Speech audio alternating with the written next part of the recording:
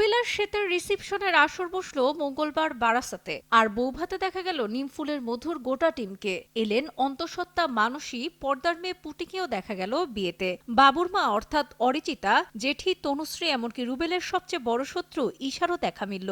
বিকেল বিকেলই রিসেপশন পার্টিতে এসে উপস্থিত হয়েছিলেন পল্লবী শর্মা। গায়ে সাদা শাড়ি, রিসিপশনে শ্বেতা ও রুবেলের লুকের সঙ্গে পর্ণারও বেশ মিল পাওয়া গেল। তনুশ্রী, সৌমি আর অরিজিতা আসেন একসঙ্গে। গাড়ি থেকেই ভ্লগিং শুরু করে দিয়েছিলেন তারা। সোনালী পাড়ের মেরুন রঙের শাড়িতে সেজেছিলেন বাবুর মা, সৌমির গায়ে কালো রঙের জর্জেট শাড়ি। এই শীতেও রুবেলের অনস্ত্রীন দেবরানীর গায়ে স্লিভলেস ব্লাউজ, আর তনুশ্রীর গোস্বামীকে দেখা গেল লাল শেডেরই শাড়িতে, সঙ্গে অক্সিডাইজের গয়না। ফেব্রুয়ারি শেষে বা মার্চের শুরুতে মানসীর ডেলিভারি হওয়ার কথা, তবে বেবি বাম্প নিয়েই অভিনেত্রী হাজির দেওর রুবেলের বিয়ে খেতে। মানসীকে বলতে শোনা গেল, ওরা দুজন দুজনকে খুব ভালোবাসে, আমি নিশ্চিত খুব ভালো থাকবে ওরা। সঙ্গে মশকরা করে যোগ করলেন, বিয়ের পরই তো বুঝবে সাদিকা লাড্ডু ঠিক কি জিনিস। রিসেপশনের আসরে শাড়ি নয় লেহেঙ্গা বাছলেন নায়িকা। আকাশি রঙের নেটের লেহেঙ্গায় দুতি ছড়ালেন শ্বেতা। বউয়ের পাশে সাদা রূপল বন্ধ গলা শেরওয়ানিতে দেখা মিলল রুবেলের। রিসেপশনে অভিনেত্রী নিজেকে সাজিয়েছেন হীরের গয়নায়, গলা ভর্তি নেকলেস আর ঝোলা দুল, হাতে রয়েছে শাঁখা পলা,